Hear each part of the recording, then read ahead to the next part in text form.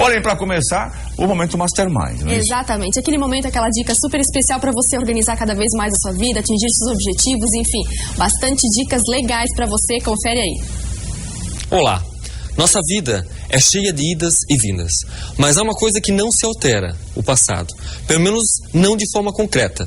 No dicionário está definido que é algo que está acabado, completo e já não existe mais na existência.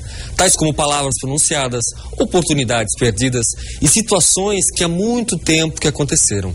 São coisas que não podemos ter de volta ou voltar atrás. São momentos que nunca poderemos ter novamente e da mesma forma. Nós nunca poderemos voltar e estar no mesmo lugar ao mesmo tempo. Não poderemos voltar no tempo para apagar as coisas que fizemos e não saiu conforme o nosso desejo, ou proteger-nos do sofrimento que sentimos no passado. Nós já sabemos que desejar que pudéssemos mudar o passado é algo inútil. Mas como seres humanos que somos, muitos de nós continuarão a lamentar-se, tendo a esperança de poder voltar e fazer tudo novamente. Somente nós podemos fazer a melhor escolha para si. Ninguém pode ditar o que fazemos em relação ao passado. Só nós podemos aprender ou ensinar a viver hoje com ou sem ele. Coisas do passado só podem afetar o nosso presente se deixarmos que isso aconteça. Ele pode assombrar-nos a qualquer hora do dia, pode estar conosco onde quer que o vamos e nunca pode ser apagado. Não é tarefa fácil de superar o passado e viver o presente, mas vai valer a pena no final. Nada é mais difícil do que desapegarmos do que lamentamos.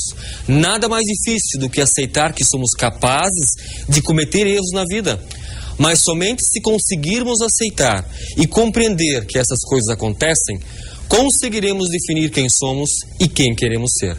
Então pergunte-se, hoje, eu vivo mais o passado ou o presente? Poderíamos acrescentar nessa pergunta ainda o futuro, quem sabe? Independente do que tenhamos vivido, existem coisas que não podemos mudar. Primeiro, é que nascemos.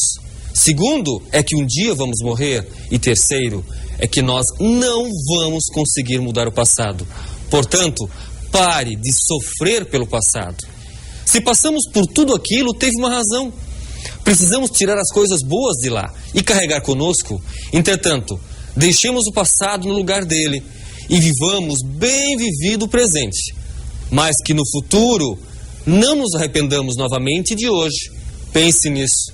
Que a vida cuide bem de você e que Deus, o nosso Pai Celestial, o abençoe pela vida fora. Um grande abraço e até a próxima.